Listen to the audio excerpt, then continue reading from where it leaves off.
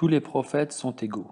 La question que l'on est maintenant en droit de poser, c'est que s'il y a autant de prophètes qui ont été envoyés à différentes époques aux différents peuples de la terre, peut-on dire qu'ils ont tous la même autorité divine?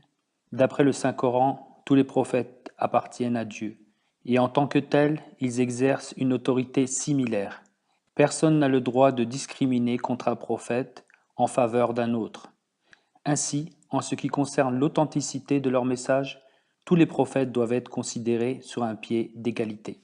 Cette attitude particulière de l'islam vis-à-vis des autres religions et de leurs fondateurs, ainsi que des prophètes moins importants, jouerait un rôle majeur dans un processus d'unification des différentes religions. Le principe de l'authenticité du message de chaque prophète est une force très puissante pour le rapprochement des différentes religions. L'hostilité vis-à-vis des révélations des prophètes d'autres religions laisse la place au respect et à la révérence. Ceci est la position claire et logique adoptée par le Saint-Coran. Ce messager croit fermement à tout ce qui lui a été révélé de la part de son Seigneur, et il en est de même des croyants. Tous croient en Allah, en ses anges, en ses livres et en ses messagers. Ils disent « Nous ne faisons aucune distinction entre ces messagers ». Et ils disent « Nous avons entendu et nous sommes obéissants ». Chapitre 2, verset 286.